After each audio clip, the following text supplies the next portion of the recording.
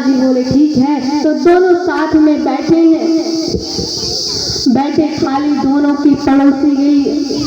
देखिए भगवान ने भोजन, जब भगवान श्री कृष्ण के पास संदेशा आया था तो भगवान भोजन करके विश्राम कक्ष में जा रहे थे, लेकिन सुदामा जी के साथ फिर दोबारा भोजन करते हैं। इसका अर्थ है मित्रता का परिचय।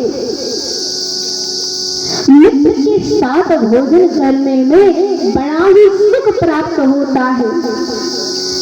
कहते नहीं है कि एक चीज है आपके पास तो उसे मिलकर खानी चाहिए, उसमें सुख ज्यादा मिलता है। तो कन्हैया बैठे हैं, साथ में दोनों ने भोजन किया। अब भगवान जो है सुदामा जी को सिंहासन पर बिठा दिए, दोनों बैठे हैं सिंहासन पर। अब तो जितनी पत्नियां हैं कृष्ण की सब आए रही हैं, कन्हैया को सुदामा जी के चरण स्पर्श कर रही है और आशीर्वाद ले रही है। रुक्मणी जी आती है, कहती है ब्राह्मण देवता मैं रुक्मणी प्रणाम करती हूँ। सुदामा जी कहते हैं फिर सौभाग्यवती रहो। मैं जामवंती प्रणाम करती हूँ, देवी फिर सौभाग्यवती रहो। मैं सत्यभामा प्रणाम करती हूँ, देवी फिर सौभाग्यवती रहो। मैं मित्रवृंदा प्रणाम करती हूँ, देवी फिर सौभाग्यवती रहो, सदा सुहागन रहो। अब ऐसे करते करते महाराज जी 500 कृष्ण की 500 पत्नियों ने सुदामा जी के पैर छू लिए। अब कहे सुदामा जी को हाथ भी हार गए। अच्छा अभी आप कहिए, अभी ये 500 बार लगातार नॉन स्टॉप अपने हाथों को ऊपर नीचे करिए। मेरा तो बस 5 बार में ही हार गया है, इतनी दुबली पतली है। वह महाराज जिनको छोटों से बालक भी एक हड्डी गिन सकता है, और महाराज जी जब 500 बार किए तो उनको हाथ दुबलो पतलों से हाथ हार गए। सुदामा जी थक गए, अब क्या करें। बगल में बैठे कन्हैया, कन्हैया से बोले कन्हैया सुनियो। कन्हैया बोले क्या है, कान में कहूँगा। सुदामा जी के मुख के पास कन्हैया कान लेके जाते हैं। सुदामा जी कहते हैं अभी कितनी है, अभी कितनी है। कन्हैया बोले 16,108। बड़े संकोच में पड़ रही, क्या करें। फिर बोले कन्हैया सुनियो। कन्हैया बोले क्या है, कान में कहो। फिर कान लगाते हैं तो सुदामा जी कहते हैं ये सब अपनी ही है, ये सब अपनी ही है। तो सुदामा जी ऐसा कहते हैं। कन्हैया बोले हाँ सब ना, मैंने सोची शायद पड़ोस की भी आ गई हो, क्योंकि कोई संत महात्मा यदि गांव में आते हैं तो पड़ोसी लोग भी चली जाती है, तो मैंने सोची शायद आस पड़ोस की भी आ गई हो। ठीक है, फिर जानो कन्हैया तुमने कि हमने या काहे पूछी। कन्हैया बोले जो तुमने पूछी तो हमने बता दे, अब हमें क्या मालूम तुमने काहे पूछी। ना सुन तो सही, देख रिसियाए ना जाए। मैंने या लिए पूछी कि देखो भैया हम दुबलो पतलो सो ब्राह्मण है, हमारो हड्डी हड्डी दिख रही है, जो हमारे इतना बलवान हाथ है कि थक गयो है, तो क्या करूं, अभी तो आधो भी पूरी नाय भई है। तो ऐसा कर मेरे पास एक उपाय है। कन्हैया बोले क्या, जो आदेश करे तो मैं करूं। सुदामा जी कहते हैं कि तू सबकी तरफ से तू सबको पति है, या लिए तू मुझको एक बार प्रणाम कर ले, मैं तो को आशीर्वाद दे दूं। जैसा कि अभी मैंने थोड़ी देर पहले कहा कि जो शरीर से कोई सत्कर्म करता है तो आधा पुण्य अर्धांगिनी के पास अपने आप चला जाता, आप उसे रोक नहीं सकते हैं।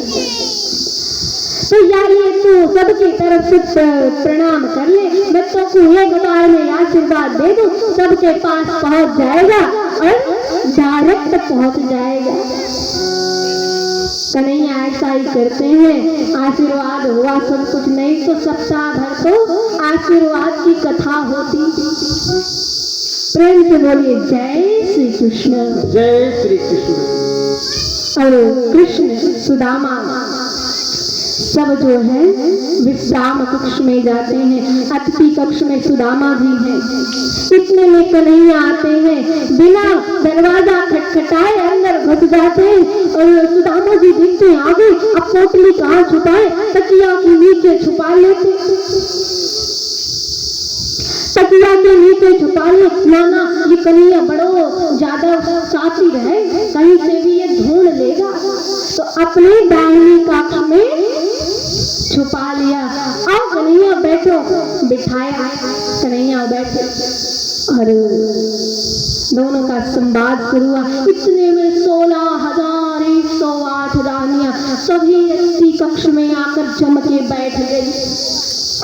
महाराज सुखदेव जी महाराज कहते हैं, परीक्षित भगवान श्री कृष्ण सुदामा जी से पूछते हैं कि सुदामा जी अब देखो जो बात बचपन में बातें होंगी वो तो हो गई, एक बात पूछनी है। सुदामा जी बोले पूछिए। कन्हैया बोले या बताओ आपको विवाह हो कि ना, शादी विवाह कियो कि ना? क्योंकि बचपन में तो आप बड़े ढिंडोरा पीट रहे थे कि हम शादी ना करेंगे, ब्रह्मचारी जीवन भर रहेंगे। वो तो बचपन की बात थी। हम लोग आपको चिढ़ाते थे कि सुदामा जी की बहू आएगी, सुदामा जी को बैंड बाजो बजोगो, बारात में हम चलेंगे। तो यह बताओ बहू आई, शादी की आपने?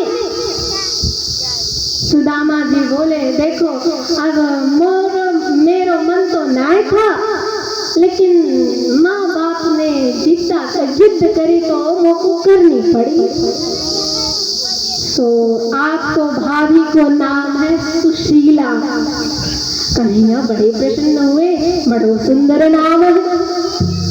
आपने पता है कि हमने विवाह को बात काहे पूछी? सुदामा जी बोले तूने पूछी तो मैंने बता दी, अब मेरे को क्या मालूम कि तूने क्या कारणवश पूछी है। फिर कन्हैया बोले देखो यदि आप अकेले रहते, एकल व्यक्ति रहते तो पूछना व्यर्थ हो, लेकिन अब भाभी जी आ गई है ना, तो यह बताओ भाभी जी हमारे लिए काय भेजी है? मेरे लिए क्या भेजी, जल्दी बताओ, कुछ तो भेजी होंगी। अब सुदामा जी बड़ी संकोच में क्या कहें, देख रहे हैं 16,108 रानियां बैठी हैं। अब ये सब रानियां जो है बड़े बड़े राजघरानाओं की हैं, राजकुमारियां हैं। इनके सामने यदि फटी हुई पोटली को तंदूर चावल दूंगा कन्हैया को, तो कन्हैया की मारी इज्जत कौन आ रहेगी? मेरे कन्हैया की इज्जत नहीं रहेगी। इसलिए जब ये सारी रानियां चली जाएंगी तो कन्हैया को अकेले में दे दूंगा पोटली, कन्हैया हमारे प्रेम से ले लो। लेकिन अब कैसे रानियों के बीच में क्या करें?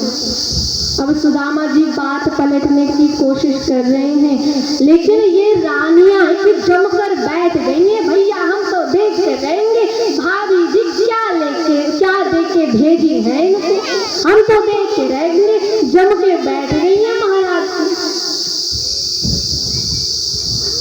कन्हैया से अब बात बदल रहे हैं, क्योंकि संत है सुदामा जी, जितेंद्रिय है, और जिसने अपनी इंद्रियों को जीत लिया है वह कभी झूठ नहीं बोल सकता है। सुदामा जी ने कहा अब क्या करूं, मन में सोचे। इतने में बचपन की बात को लेकर बैठ गए। अरे कन्हैया तुमको पता है हम बचपन में कैसे क्रीड़ा करते थे, कैसे खेलते थे, कैसे गैया चराए हुए जाते थे, कैसे गुरुकुल को सेवा करते थे। कन्हैया बोले सब मालूम है, या बताओ भाभी जी ने काय भेजो है। अब सुदामा जी बोले ये क्या बात के पीछे पड़ जाए तो वाको निकाल कर ही माने, बताओ ये भी कोई बात है।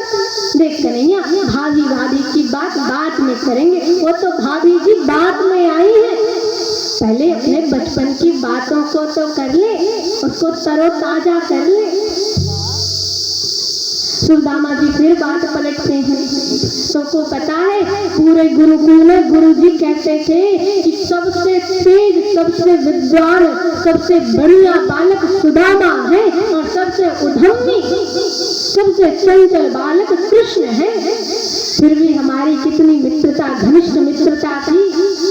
कन्हैया बोले सब मालूम है, पहले ये बताओ भाभी जी ने भेजा क्या है। अब सुदामा जी कह रहे हैं अरे भाई वो बात हम सभी बाद में कर लेंगे, पहले नेक बचपन की तो बात कर ले भाई। लेकिन मेरे कन्हैया सब क्या कह रहे हैं ना, मैं जा बात के पीछे पड़ जाऊं तो वापस खोद करके भी निकाल। सुदामा जी बोले देख अब तो मौके गुस्सा मत लगा, नहीं तो सारी पोल खोल दूंगा, सारे तेरे राज खोल दूंगा। कन्हैया बोले क्या, कौन सी राज? अरे भाई जब तू छोटा थे नंगे घूमता था, गलिया में नंगे घूम रहा था और ब्रजराज जी कहते ब्रजराज जी की कोई